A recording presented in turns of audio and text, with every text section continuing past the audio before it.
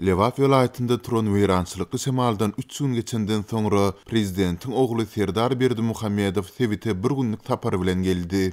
Bu ağırlykda güýçli şemalda azyndan bir adamyň ölendigi tasdiklandy. Sewitde internet, Wi-Fi hyzmatlarynyň çäklendirilendigi sebäpli anny ýüze çykan harasat bilen bagly maglumatlar gowuşmagyny dowam edýär.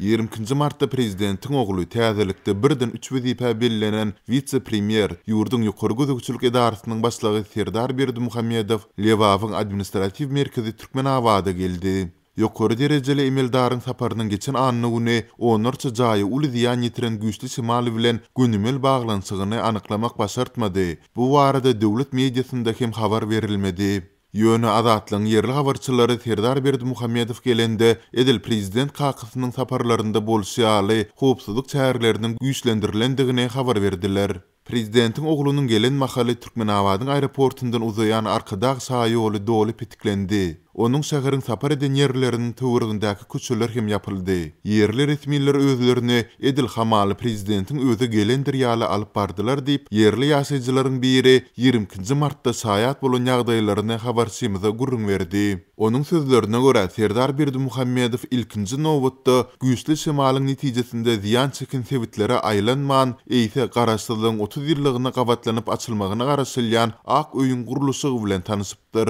Galy bertide Türkmenabadyň ýaşaýjylarynyň ençemesi bilen söhbetdeş bolan habarçymyz Serdar Berdimuhammedowyň weýrançylykly tupanyň ziýan ýetiren sewitlerini umuman aýlanyp-aýlanmandygyny anyklap bilmedi. Mundan soňra Serdar Berdimuhammedow dik uçorda Lewapyň kerki etrabyna gidipdir. Onuň vilayetiň administrativ merkezi bilen birlikde bu sewite hem sapar etmeginiň anyk maksatlaryny aýdyňlaşdyryp bolmady. Emma bellemeli ýeri resmi metbuatda ozal peýda bolan maglumatlarda kerkide hem garaşsyzlygyň 30 ýyllygyna gabatlanyp howa menziliniň açylış dabarasynyň geçiriljekdigi ma'lum edilipdi. Prezidentiň oglunyň vilayetiň çärji etrabyna hem barandygy ma'lum boldy. Ýatdatdyk 19 martdaky güýçli şemal has hem bu sewitiň owgalaryna uly ziýan ýetiripdi. Emma Serdar Berdimuhammedowyň çärjewde 25 martda açylyp ulanylmagy beriljek ýyladyşhana aýlanyp görendigi belli bolsa-da, onuň ejir çekin ilat bilen duşup weýrançylykly harasatyň netijelerini aradan aýyrmakda hökümetden nähildir bir himayatyň berilip berilmejekdigi barada çykyş edendigini anyklap bolmady.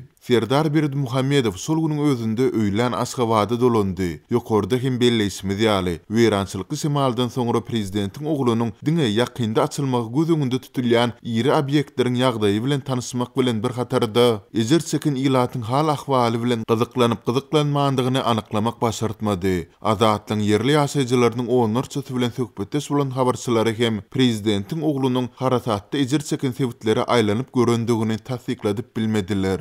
Bu ağırlıkta geçen anyny turan şemalda azyndan bir adamyň ölendigi tasdik boldy. Azatlyň yerli habarçysy 19 martda 35 ýaşly Joraýew Rozeldiňiň Niýazow şaýy ýolunyň urundan iş ýerine barýan pursady üstüne goloýdaky jaýlaryň biriniň üçeginiň gaçyp onuň şol ýerde helak bolandygyny habar berdi. Rozeldi Türkmenabadyň 1-nji sport mektebinde sakçy bolup işleýärdi. Onuň ýakynda çagasy hem dünýä inipdi. Merhumyň ýzyňda aýaly we bir çagasy galdy. Aradan ençe geçse de häkimetlerden masgala hiç ýyly kömek ödürlenmedi diýip bu ýagdaýlardan habarly ýaşaýjylaryň biri 23 martda habarçymyza gurrun berdi. Türkmenistan barada maglumatlary çap edýän Türkmen News neşri hem güýçli şemalyň netijesinde sport mektebiň takçysynyň ölendigini habar berdi. Geçen hepdäniň aýagynda turan tupandan bäri Lewapda, hususan da Türkmenabadda internet üçünçüliginiň ýagdaýynyň pet bolmagyna garamazdan harasatyň döreden weýrançylyklary barada maglumatlar gelmegini dowam edýär.